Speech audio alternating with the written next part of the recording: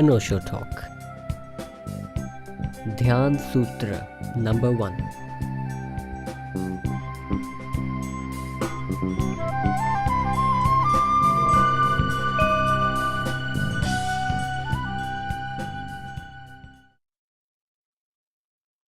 प्रिय आत्मा, सबसे पहले तो आपका स्वागत करूं इसलिए कि परमात्मा में आपकी उत्सुकता है, इसलिए कि सामान्य जीवन के ऊपर एक साधक के जीवन में प्रवेश करने की आकांक्षा है, इसलिए कि संसार के अतिरिक्त सत्य को पाने की प्यास है। सौभाग्य है उन लोगों का जो सत्य के लिए प्यासे हो सके। बहुत लोग पैदा होते हैं, बहुत कम लोग सत्य के लिए प्यासे हो पाते हैं। सत्य का मिलना तो बहुत बड़ा सौभाग्य है, सत्य की प्यास होना भी उतना ही बड़ा सौभाग्य है। सत्य ना भी मिले तो कोई हर्ज नहीं, लेकिन सत्य की प्यास ही पैदा ना हो तो बहुत बड़ा हर्ज है। सत्य यदि ना मिले तो मैंने कहा कोई हर्ज नहीं। हमने चाहा था और हमने प्रयास किया था, हम श्रम किए थे और हमने आकांक्षा की थी, हमने संकल्प बांधा था और हमने जो हमसे बन सकता था वो किया था। और यदि सत्य ना मिले तो कोई हर्ज नहीं, लेकिन सत्य की प्यास ही हम में पैदा ना हो तो जीवन बहुत दुर्भाग्य से भर जाता है। और मैं आपको ये भी कहूं कि सत्य को पा लेना उतना महत्वपूर्ण नहीं है जितना सत्य के लिए ठीक अर्थों में प्यासे हो जाना है। वो भी एक आनंद है। जो क्षुद्र के लिए प्यासा होता है वो क्षुद्र को पाकर भी आनंद उपलब्ध नहीं करता, और जो विराट के लिए प्यासा होता है वो उसे ना भी पा सके तो भी आनंद से भर जाता है। इसे पुनः दोहराऊं, जो क्षुद्र के लिए आकांक्षा करे वो अगर क्षुद्र को पा भी ले तो भी उसे कोई शांति और आनंद उपलब्ध नहीं होता है। और जो विराट की अभीप्सा से भर जाए वो अगर विराट को उपलब्ध ना भी हो सके तो भी उसका जीवन आनंद से भर जाता है। जिन अर्थों में हम श्रेष्ठ की कामना करने लगते हैं उन्हीं अर्थों में हमारे भीतर कोई श्रेष्ठ पैदा होने लगता है। कोई परमात्मा या कोई सत्य हमारे बाहर हमें उपलब्ध नहीं होगा, उसके बीज हमारे भीतर हैं और वे विकसित होंगे, लेकिन वे तभी विकसित होंगे जब प्यास की आग और प्यास की तपिश और प्यास की गर्मी हम पैदा कर सकें। मैं जितनी श्रेष्ठ की आकांक्षा करता हूं उतना ही मेरे मन के भीतर छिपे हुए बीज जो विराट और श्रेष्ठ बन सकते हैं वे कंपित होने लगते हैं और उनमें अंकुर आने की संभावना पैदा हो जाती है। जब आपके भीतर कभी ये ख्याल भी पैदा हो कि परमात्मा को पाना है, जब कभी ये ख्याल भी पैदा हो कि शांति को और सत्य को उपलब्ध करना है, तो इस बात को स्मरण रखना कि आपके भीतर कोई बीज अंकुर होने को उत्सुक हो गया है। इस बात को स्मरण रखना आपके भीतर कोई दबी हुई आकांक्षा जाग रही है। इस बात को स्मरण रखना कि कुछ महत्वपूर्ण आंदोलन आपके भीतर हो रहा है। उस आंदोलन को हमें संभालना होगा, उस आंदोलन को सहारा देना होगा, क्योंकि बीज अकेला अंकुर बन जाए इतना ही काफी नहीं है, और भी बहुत सी सुरक्षाएं जरूरी हैं। और बीज अंकुर बन जाए इसके लिए बीज की क्षमता काफी नहीं है, और बहुत सी सुविधाएं भी जरूरी हैं। जमीन पर बहुत बीज पैदा होते हैं लेकिन बहुत कम बीज वृक्ष बन पाते हैं। उनमें क्षमता थी, वे विकसित हो सकते थे, और एक एक बीज में फिर करोड़ों करोड़ों बीज लग सकते थे। एक छोटे से बीज में इतनी शक्ति है कि पूरा जंगल उससे पैदा हो जाए। एक छोटे से बीज में इतनी शक्ति है कि सारी जमीन पर पौधे उससे पैदा हो जाएं। लेकिन ये भी हो सकता है इतनी विराट क्षमता, इतनी विराट शक्ति का वो बीज नष्ट हो जाए और उसमें कुछ भी पैदा ना हो।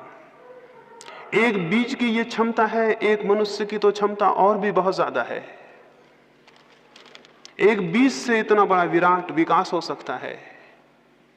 एक पत्थर के छोटे से टुकड़े से अगर अणु को विस्फोट कर लिया जाए तो महान ऊर्जा का जन्म होता है, बहुत शक्ति का जन्म होता है। मनुष्य की आत्मा, मनुष्य की चेतना का जो अणु है, अगर वो विकसित हो सके, अगर उसका विस्फोट हो सके, अगर उसका विकास हो सके, तो जिस शक्ति और ऊर्जा का जन्म होता है उसी का नाम परमात्मा है। परमात्मा को हम कहीं पाते नहीं हैं, बल्कि अपने ही विस्फोट से, अपने ही विकास से जिस ऊर्जा को हम जन्म देते हैं, जिस शक्ति को, उस शक्ति का अनुभव परमात्मा है। उसकी प्यास आप में है, इसलिए मैं स्वागत करता हूं। लेकिन इससे कोई ये ना समझे कि आप यहां इकट्ठे हो गए हैं तो जरूरी हो कि आप प्यासे ही हों। आप यहां इकट्ठे हो सकते हैं मात्र एक दर्शक की भांति भी। आप यहां इकट्ठे हो सकते हैं एक मात्र सामान्य जिज्ञासा की भांति भी। आप यहां इकट्ठे हो सकते हैं एक कुतूहल के कारण भी। लेकिन कुतूहल से कोई द्वार नहीं खुलते, और जो ऐसे ही दर्शक की भांति खड़ा हो उसे कोई रहस्य उपलब्ध नहीं होते। इस जगत में जो भी पाया जाता है उसके लिए बहुत कुछ चुकाना पड़ता है। इस जगत में जो भी पाया जाता है उसके लिए बहुत कुछ चुकाना पड़ता है। कुतूहल कुछ भी नहीं चुकाता है, इसलिए कुतूहल कुछ भी नहीं पा सकता है। कुतूहल से कोई साधना में प्रवेश नहीं करता।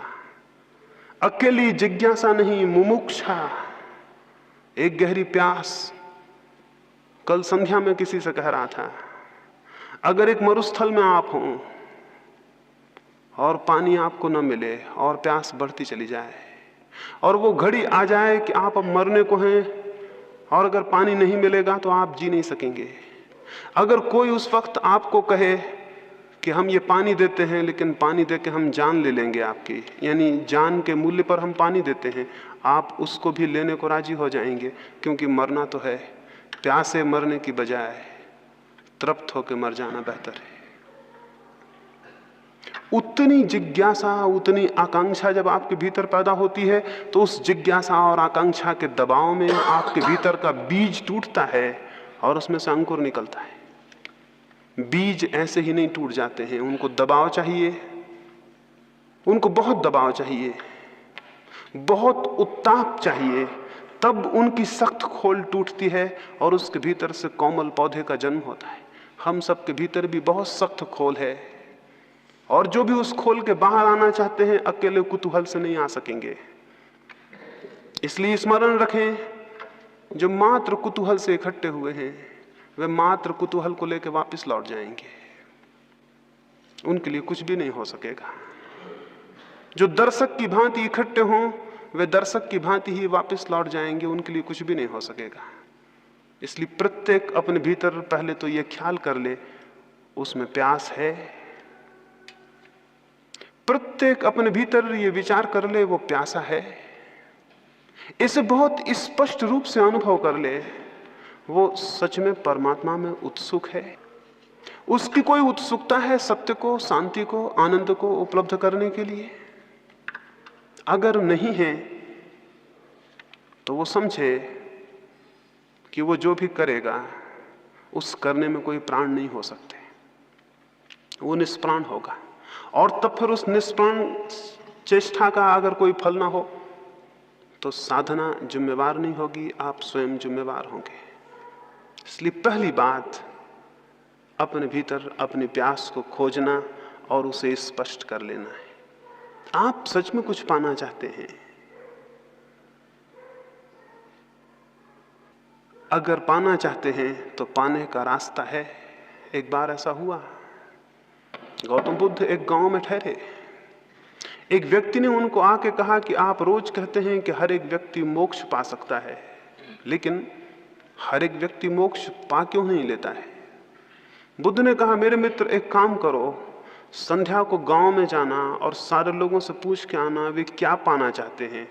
एक फहरिस्त बनाओ, हर एक का नाम लिखो और उसके सामने लिख लाना उनकी आकांक्षा क्या है। वो आदमी गांव में गया,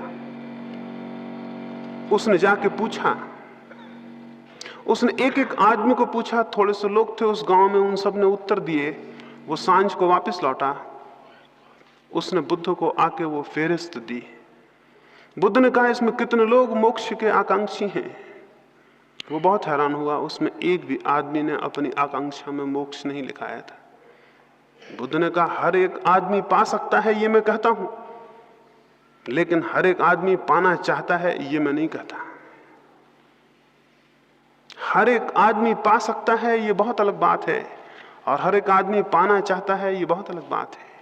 अगर आप पाना चाहते हैं तो ये आश्वासन माने, अगर आप सच में पाना चाहते हैं तो इस जमीन पर कोई ताकत आपको रोकने में समर्थ नहीं है, और अगर आप नहीं पाना चाहते तो इस जमीन पर कोई ताकत आपको देने में भी समर्थ नहीं है। तो सबसे पहली बात, सबसे पहला सूत्र जो स्मरण रखना है वो ये कि आपके भीतर एक वास्तविक प्यास है। अगर है तो आश्वासन माने कि रास्ता मिल जाएगा, और अगर नहीं है तो कोई रास्ता नहीं है।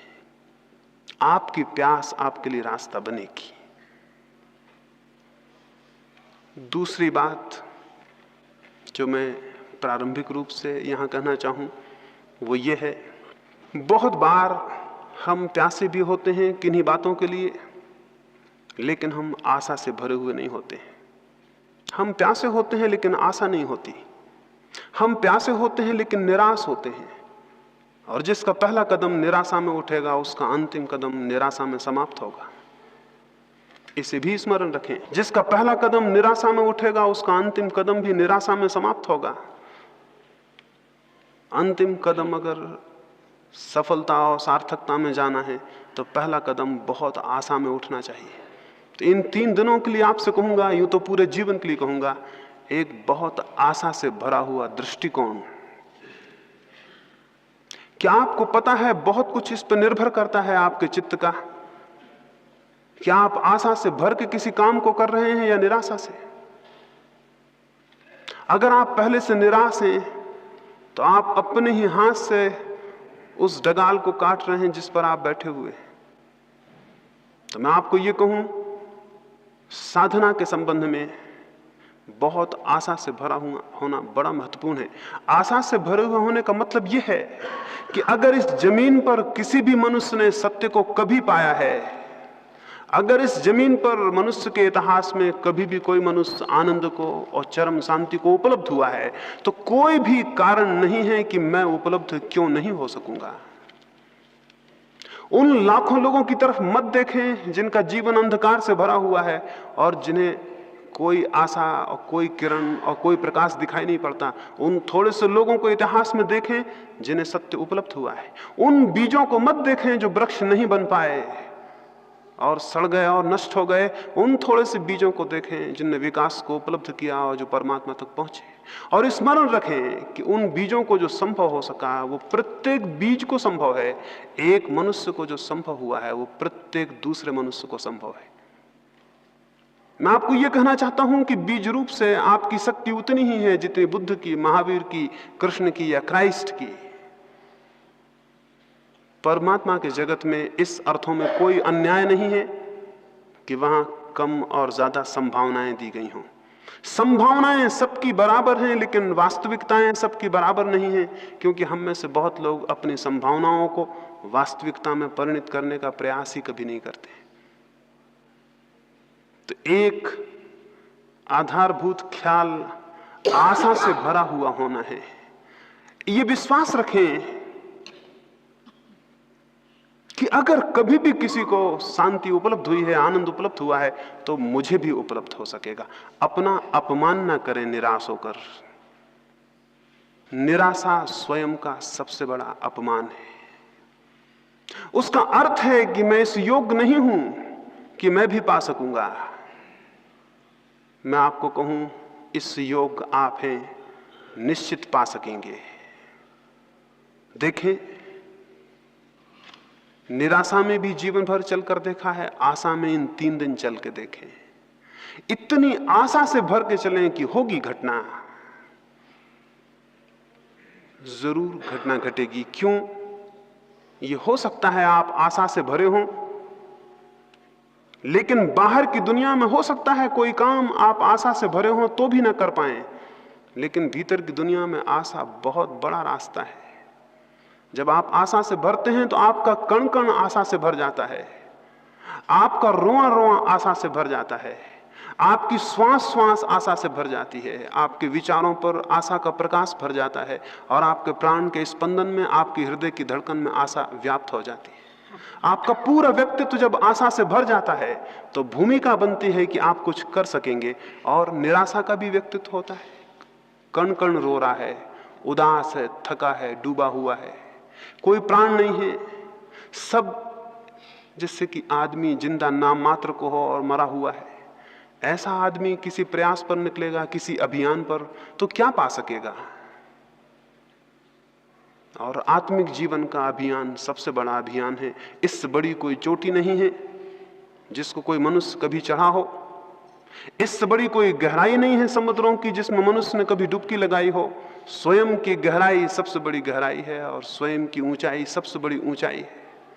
इस अभियान पर जो निकला हो उसे बड़ी आशाओं से भरा हुआ होना चाहिए। तो मैं आपको कहूंगा 3 दिन आशा की एक भाव स्थिति को कायम रखें। आज रात ही जब सोएं तो बहुत आशा से भरे हुए सोएं और ये विश्वास लेकर सोएं कि कल सुबह जब आप उठेंगे तो कुछ होगा, कुछ हो सकेगा, कुछ किया जा सकेगा।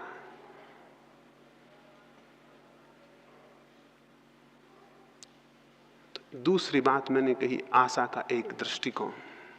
आशा के इस दृष्टिकोण के साथ ही ये भी आपको स्मरण दिला दूं, इन पीछे कुछ वर्षों के अनुभव से इस नतीजे पर पहुंचा हूं कि हमारी निराशा इतनी गहरी है कि जब हमें कुछ मिलना भी शुरू होता है तो निराशा के कारण दिखाई नहीं पड़ता। अभी मेरे पास एक व्यक्ति आते थे, वो अपनी पत्नी को मेरे पास लाए। उन्होंने पहले दिन जब वो आए थे तो मुझे कहा कि मेरी पत्नी को नींद नहीं आती, बिल्कुल नींद नहीं आती बिना दवा के, और दवा से भी 3-4 घंटे से ज्यादा नींद नहीं आती। और मेरी पत्नी भयभीत है, अनजाने भय उसे परेशान किए रहते हैं। घर के बाहर निकलती है तो डरती है, घर के भीतर होती है तो डरती है कि मकान ना गिर जाए। अगर पास में कोई ना हो तो घबराती है कि अकेले में कहीं मृत्यु ना हो जाए, इसलिए पास में कोई होना ही चाहिए। रात को सब दवाइयां अपने पास में रख के सोती है कि बीच रात में कोई खतरा ना हो जाए। वो मुझे अपनी पत्नी की ये भय की और निराशा की हालत बताए। मैंने उनको कहा कि ध्यान का ये छोटा सा प्रयोग शुरू करिए, लाभ होगा। उन्होंने प्रयोग शुरू किया। 7 दिन बाद वो मुझे मिले। मैंने उनसे पूछा क्या हुआ, कैसा है? वो बोले अभी कुछ खास नहीं हुआ, बस नींद भर आने लगी है। उन्होंने मुझसे कहा अभी कुछ खास नहीं हुआ, बस नींद भर आने लगी है। 7 दिन बाद वो मुझे फिर मिले। मैंने उनसे पूछा क्या हुआ? बोले अभी कुछ खास नहीं हुआ, थोड़ा सा भय दूर हो गया है। वो 7 दिन बाद मुझे फिर मिले। मैंने उनसे पूछा कुछ हुआ? वो बोले अभी कुछ विशेष तो नहीं हुआ, ये थोड़ी नींद आ जाती है, भय कम हो गया, दवाइयां अपने पास नहीं रखती, और कुछ खास नहीं हुआ। इसको मैं निराशा की दृष्टि कहता हूं। और ऐसे आदमी को कुछ हो भी जाए तो उसे पता नहीं चलेगा। ये दृष्टि तो बुनियाद से गलत है। इसका तो मतलब है इस आदमी को कुछ हो नहीं सकता, अगर हो भी जाए तो भी उसे कभी पता नहीं चलेगा कि कुछ हुआ। और बहुत कुछ हो सकता था जो कि रुक जाएगा। तो आशा के इस दृष्टिकोण के साथ साथ प्रसंगवशात मैं आपसे ये कहूं, इन 3 दिनों में जो घटित हो उसको स्मरण रखें और जो घटित ना हो उसको बिल्कुल स्मरण ना रखें। इन 3 दिनों में जो घटित हो उसको स्मरण रखें और जो घटित ना हो, जो ना हो पाए, उसे बिल्कुल स्मरण ना रखें। स्मरणीय वो है जो घटित हुआ हो। थोड़ा सा कण भी अगर लगे शांति का, उसको पकड़ें, वो आपको आशा देगा और गतिमान करेगा। और अगर आप उसको पकड़ते हैं जो नहीं हुआ, तो आपकी गति अवरुद्ध हो जाएगी और जो हुआ है वो भी मिट जाएगा। तो इन 3 दिनों में ये भी स्मरण रखें कि इन ध्यान के प्रयोगों में जो थोड़ा सा आपको अनुभव हो उसको स्मरण रखें, उसको आधार बनाएं आगे के लिए। जो ना हो उसको आधार ना बनाएं। मनुष्य जीवन भर इसी दुख में रहता है। जो उसे मिलता है उसे भूल जाता है और जो उसे नहीं मिलता उसका स्मरण रखता है। ऐसा आदमी गलत आधार पर खड़ा है। वैसा आदमी बने जिससे जो मिला है उसे स्मरण रखे और उस आधार पर खड़ा हो। अभी मैं पढ़ता था, एक व्यक्ति ने किसी को कहा कि मेरे पास कुछ भी नहीं है, मैं बहुत दरिद्र हूं। उस दूसरे व्यक्ति ने कहा कि अगर तुम दरिद्र हो, एक काम करो, मैं तुम्हारी बाईं आंख चाहता हूं, इसके मैं 5,000 रुपए देता हूं, तुम 5,000 रुपए ले लो, बाईं आंख दे दो। उस आदमी ने कहा, ये मुश्किल है, मैं बाईं आंख नहीं दे सकता। उसने कहा, मैं 10,000 रुपए देता हूं, दोनों आंखें दे दो। उसने कहा, 10,000 फिर भी मैं नहीं दे सकता। उसने कहा, मैं तुम्हें 50,000 रुपए देता हूं, तुम अपनी जान मुझे दे दो। उसने कहा, यह असंभव, मैं नहीं दे सकता। उस आदमी ने कहा, तब तो तुम्हारे पास बहुत कुछ है जिसका बहुत दाम है। तुम्हारे पास 2 आंखें हैं जिनको तुम 10,000 में देने को राजी नहीं हो, लेकिन तुम कह रहे थे मेरे पास कुछ भी नहीं है। मैं उस आदमी और उस विचार की बात आपसे कह रहा हूं, जो आपके पास है उसको स्मरण रखें, और जो साधना में मिले, थोड़ा सा रत्ती भर भी मिले, उसे स्मरण रखें, उसकी विचार करें, उसकी चर्चा करें। उसके आधार से और मिलने का रास्ता बनेगा, क्योंकि आशा बढ़ेगी। और जो नहीं मिला, एक महिला मेरे पास आती थी, पढ़ी लिखी हैं, एक कॉलेज में प्रोफेसर हैं, संस्कृत की विद्वान हैं। वो मेरे पास आती थी, एक 7 दिन का प्रयोग चलता था ध्यान का, उसमें आती थी। पहले दिन वो प्रयोग करने के बाद उठी और बाहर जाके मुझसे कहीं, क्षमा करें, अभी मुझे आज कोई ईश्वर के दर्शन नहीं हुए। पहले दिन वो प्रयोग किए और बाहर जाके मुझसे कहीं, क्षमा करें, अभी मुझे कोई ईश्वर के दर्शन नहीं हुए। मैंने कहा, अगर ईश्वर के दर्शन हो जाते तो ही खतरे की बात होती, क्योंकि इतना सस्ता जो ईश्वर मिल जाए उसे फिर शायद आप किसी मतलब का भी ना समझते। और मैंने उनसे कहा कि जो ये आकांक्षा करे कि वो 10 मिनट आंख बंद करके बैठ गया है, इसलिए ईश्वर को पाने का हकदार हो गया है, उससे ज्यादा मूढ़तापूर्ण और कोई वृत्ति और विचार नहीं हो सकता। तो मैं आपसे ये कहता हूं कि जो थोड़ा सा भी शांति की किरण आपको मिले, उसे आप सूरज समझें। इसलिए सूरज समझें कि उसी किरण का सहारा पकड़ के आप सूरज तक पहुंच जाएंगे। इस अंधकार से भरे कमरे में अगर मैं बैठा हूं और एक मुझे थोड़ी सी किरण दिखाई पड़ती हो, तो मेरे पास 2 रास्ते हैं। एक तो मैं ये कहूं, ये किरण क्या, अंधकार इतना घना है, इस किरण से क्या होगा, अंधकार इतना ज्यादा है। एक रास्ता ये भी है कि मैं ये कहूं कि अंधकार कितना ही हो, लेकिन एक किरण मुझे उपलब्ध है, और अगर मैं इसकी दिशा में इसका अनुगमन करूं तो मैं वहां तक पहुंच जाऊंगा जहां से किरण पैदा हुई और जहां सूरज होगा। तो मैं आपको अंधकार ज्यादा हो तो भी उसे विचार करने को नहीं कहता, किरण छोटी हो तो भी उस पर ही विचार को खड़ा करने को कहता हूं। इससे आशा की दृष्टि खड़ी होगी। अन्यथा हमारे जीवन बड़े उल्टे हैं। अगर मैं आपको एक गुलाब के फूल के पौधे के पास ले जाऊं और आपको पौधा दिखाऊं, तो शायद आप मुझसे कहें कि इसमें क्या है, भगवान कैसा अन्यायी है, 2-4 तो फूल हैं, हजारों कांटे हैं। एक दृष्टि ये भी है कि गुलाब के पास जाके हम ये कहें कि भगवान कैसा अन्यायी है,